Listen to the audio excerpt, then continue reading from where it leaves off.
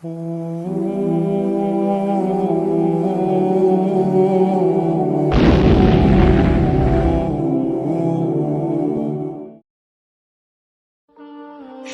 کو 2 دفعہ اپنے آپ کو دھوکہ دینے مت دو. پہلی دفعہ اس نے دھوکہ دیا گناہ کرا کر, اب وہ دوسرا دھوکہ دے گا توبہ کرنے کا کیا فائدہ ہے, تیری توبہ قبول تھوڑی ہونی ہے.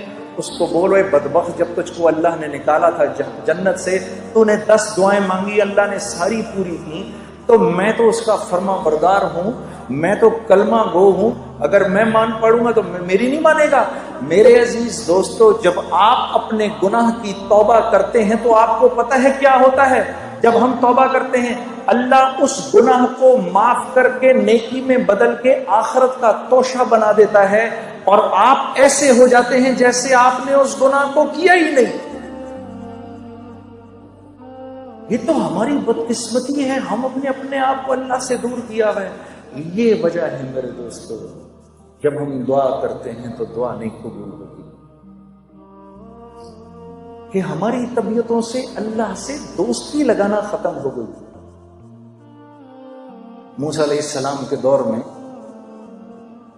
زوردار قسم کا قحط پڑا, آپ نے سب کو جمع کیا, جمع کر کے آپ میدان میں لے گئے.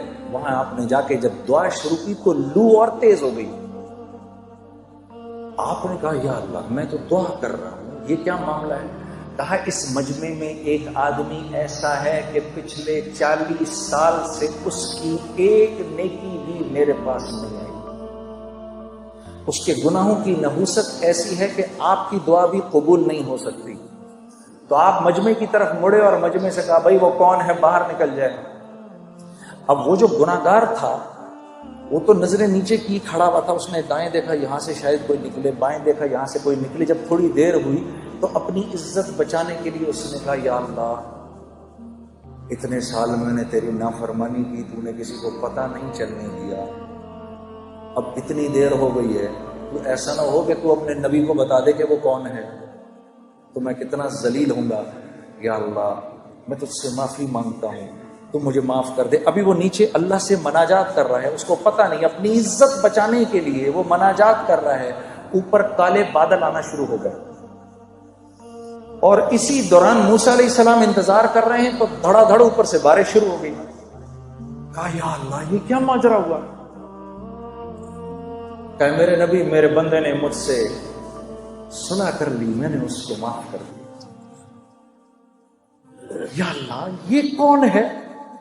کہا موسیٰ جب نافرمان تھا 40 سال کا, میں نے کسی کو پتہ نہیں چلنے دیا, اب تو وہ میرا ولی بن چکا ہے, میں کیسے بتا دوں وہ کون تھا.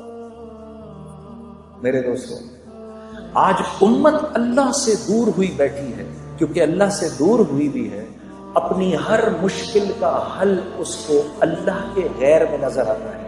میں یہ بات ہاتھ جوڑ کے آپ نوجوانوں کے سامنے عرض کرنے آیا ہوں کہ آج کیونکہ ہم اللہ سے دور ہو گئے ہیں اپنے گناہوں کی وجہ سے, تو اللہ رب العزت سے جو حسن ظن ہے وہ بھی ختم ہو گیا ہے.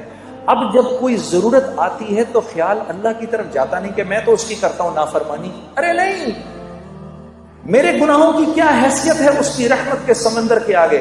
یہ راوی کے دریا میں اپنی ہم اگر 100 قمیضیں لے جائیں اور صاف کر لیں تو راوی کتنا گندا ہو جائے گا.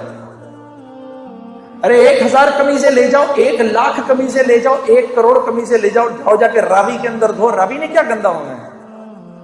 تو یہ تو دنیا کا ایک بہتا ایک عام دریا ہے. اللہ کی رحمت کا جوش مارتا دریا, اس کے سامنے ہمارے گناہوں کی کیا قیمت ہے, کچھ بھی نہیں. بس آدمی بے غیرت نہ بنے, بے باک نہ ہو جائے کہ وہ تو غفور الرحیم ہے جو کرنا ہے کروں.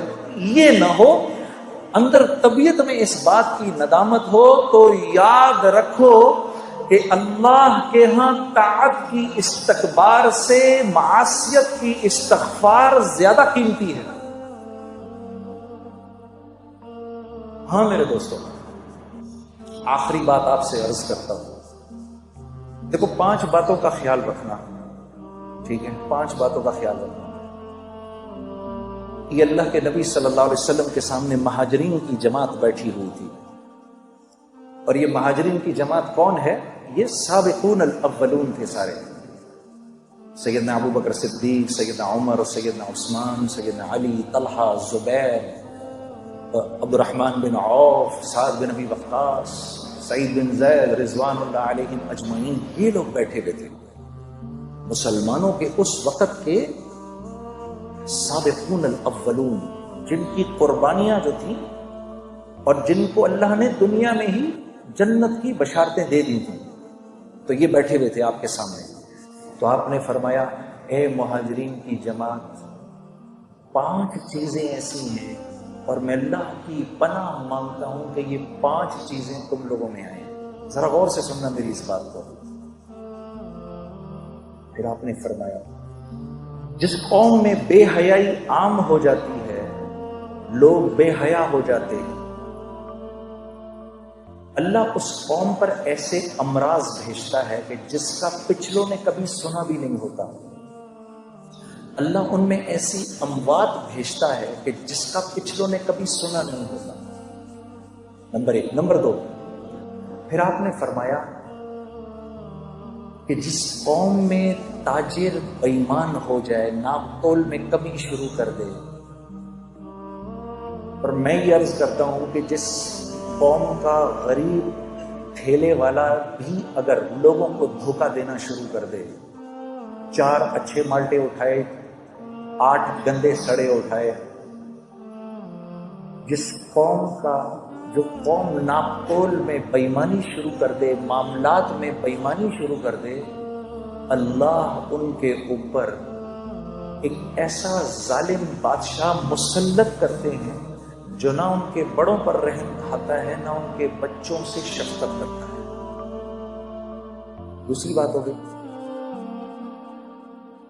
تیسری بات، پھر آپ نے فرمایا جس قوم کے لوگ زکوٰۃ کو تاوان سمجھتے ہیں، ان پر رزق تنگ کر دیا جاتا ہے، رزق تنگ کر دیا جاتا ہے کہ آسمان سے ایک قطرہ بھی نہ برسے اگر زمین پر بے زبان جانور نہ ہو تو۔ 3 باتیں آپ نے فرمایا جو بات بات پہ جھوٹ بولتے ہیں، چکر دیتے ہیں اور اپنے وعدوں سے پھر جاتے ہیں۔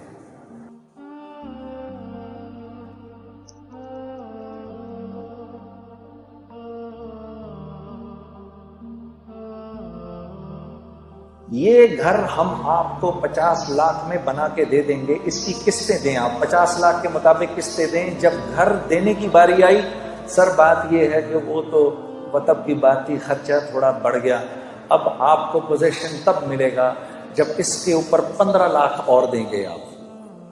کیوں؟ کیونکہ اب اس گھر کی قیمت مل رہی ہے 70 لاکھ، ہم تو سر اس کے تو 70 مل رہے ہیں اس وقت، ہم تو پھر 5 چھوڑ رہے ہیں آپ کو۔ یہ میرا آنکھوں دیکھا حال ہے۔ وعدہ خلافی، وعدہ خلافی، وعدہ خلافی۔ کبھی یہ بھی تو کر کے دیکھو جنید صاحب، یہ میں کیونکہ آپ کو اگری کر گیا تھا، پہلے آپ کو زبان دے گیا تھا، 25,000 روپے مہینے پہ میں اس جگہ کی آپ کو زبان دے گیا تھا، بعد میں میرے پاس آیا ایک آدمی مجھے 28 دے رہا تھا، لیکن مجھے اللہ سے حیا آئی کہ میں آپ کو زبان دے چکا ہوں، میں آپ ہی کو دوں گا، یہ 25,000 میں یہ چابی آپ کے ہاتھ میں ہے۔ ارے میرے دوستو، ہم کوانٹٹی نہیں دیکھتے، ہم کوالٹی دیکھتے ہیں، کیونکہ اللہ پوچھے گا مال کہاں سے کمایا، کہاں خرچ کیا۔ لا الہ الا اللہ۔ ہم کوانٹٹی نہیں دیکھتے، ہم کوالٹی دیکھتے ہیں۔ جو زبان سے پھر جائے گا، چوتھی بات آپ نے فرمایا جو زبان سے پھر جائے گا، اللہ رب العزت اس قوم کو اس کے دشمنوں کے حوالے کر دیتے ہیں جو ان کے گھروں میں گھس کے ان کے مالوں کو لوٹتے ہیں۔ 4 باتیں ہو گئی۔ 5ویں بات،